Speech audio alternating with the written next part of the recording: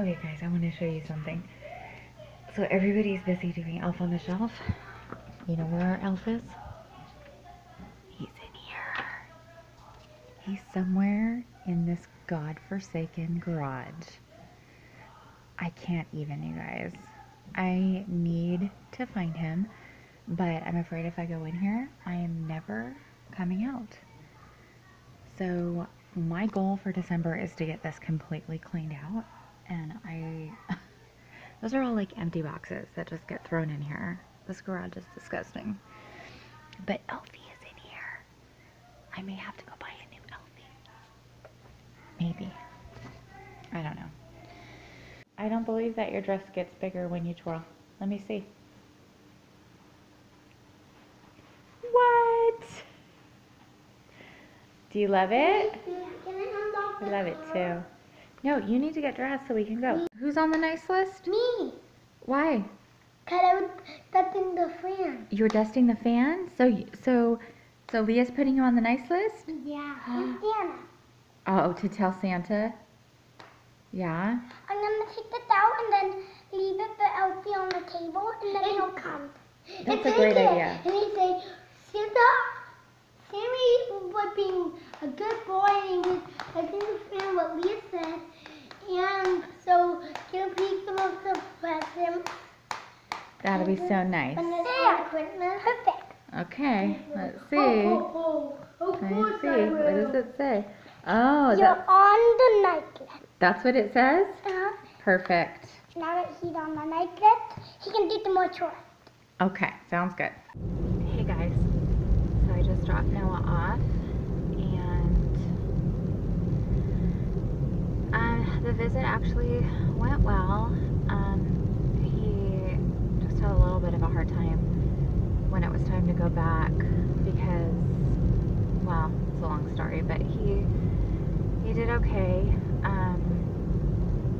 It's just really hard dropping him back off and, you know, saying goodbye, and I don't know, it just, especially like we're listening to Christmas music, and it's just sad. It's like, I want my kid home, you know, I want him to be home, and I want him to live at home, and I want him to be better, and I don't know if that's ever gonna happen, and it sucks because, you know, they're like, oh great, that was, you know, because last week's visit went well, and then this week back at home he did well, and so they're like, oh great, and it's like, no, you don't understand. Yes, he had a good visit, but I guarantee you that is not indicative of how it's going to be, you know, like it's, and he was so frustrated when we were driving back, and he got really mad at me because he doesn't want to go to therapy anymore. Every Thursday he has to do group therapy, and he's like, I don't want to go. And I said, okay, why? And then he starts throwing a fit, and he's mad at me for asking him why he doesn't want to go to therapy.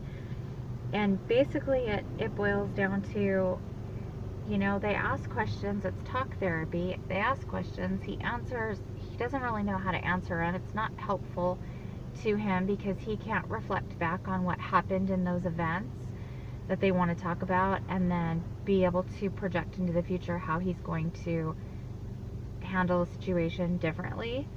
And so it's just so hard because it's like, that's how the program is run, and so he has to go to these weekly group therapy sessions, and if he refuses to go, he gets sidelined, which means he gets his privileges taken away.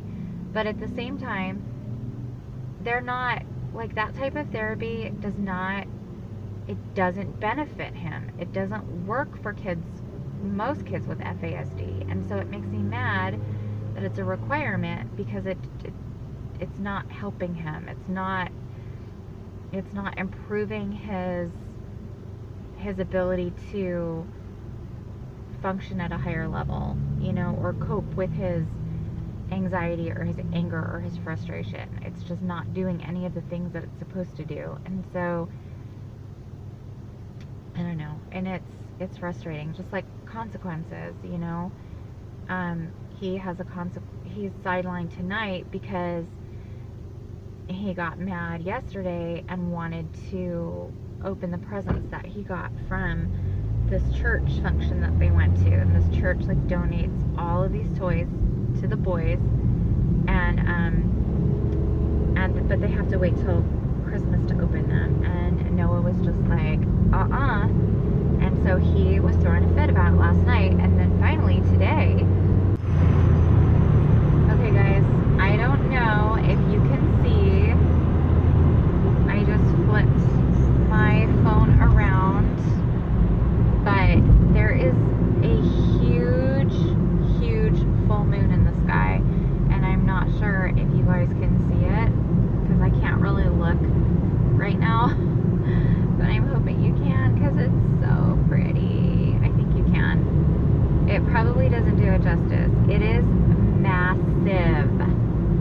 It's like, it looks like you could reach out and touch it. It's so cool, and the stars are super bright, and it's really pretty. But I wanted to get back to what I was saying before I wound up having to get on the freeway and turn my light off. But what I was saying is Noah went into the office where the presents were, and this morning, and he ripped open his present, and so he wound up with a consequence for that, and he was really upset about that. And it's, you know, and they were like, he was just being really defiant, and like, yes, and then they admitted that, you know, he has very poor impulse control, and, you know, and it's like, well, then that should have been planned better, because obviously, you know, if these kids, all of these kids deal with impulse control issues, and it's like, if they're going to be getting presents and they can't open them till Christmas, then maybe, like, don't tell them that they're getting those Christmas presents, you know, or, I don't know, or front load them so that they're prepared with that information going in. But that's when, like, what trips Noah up is when it's like, oh, you know, even though we did it this way last time, this time we're going to do it this way, because supposedly some of the boys said that last year they got to open the presents that they got from this church the day that they got them, but this year they're doing it different. And with these kids, it's like, you have to prepare them, and everything has to be very black and white. It can't change, you know, sometimes you can do this and sometimes you can do that. As a matter of fact, one of the staff who I really like, but he was saying like, oh, you know, Noah's not allowed to, because Noah has a tablet that he listens to his music on, and that's like a coping mechanism. And so I've asked that they not take his tablet away. Well, I guess he has games on there now, and so he's not allowed to play the games, only listen to the music. And he's like, he's always playing the games, and he's like, I usually just ignore it and like just pretend that I don't see that he's playing the game, especially if he's being cooperative. But you know, this time he was being really defiant, and it's like, okay, that works on most kids, but on Noah, that doesn't work, because you're either always going to let him play the games or you're never going to let him play the games. There can't be a gray area, because that's when he gets frustrated, and that's when he loses control. And I know that sounds harsh, and that sounds like, well, he just needs to deal with it, but he's not capable of dealing with that. Like, you wouldn't tell a person who's blind, after you give them, you know, a cane, and then take it away from them and just be like, well, I'm only going to give this to you sometimes. You know, like, no, if you put a support in place, it has to be there at all times, because otherwise, without it, that person's ability to function decreases. And so, oh dear. And so it's just so frustrating for us, because we just don't want to see him getting into trouble and having consequences for things that he doesn't have control over, you know, but that's just like, that's life with FASD. So anyways, that's it. I just wanted to share that with you guys, and yeah, that's it. Enjoy the moon, as long as it's not too blurry. Hopefully it's not too blurry, but it probably is, because my phone sucks.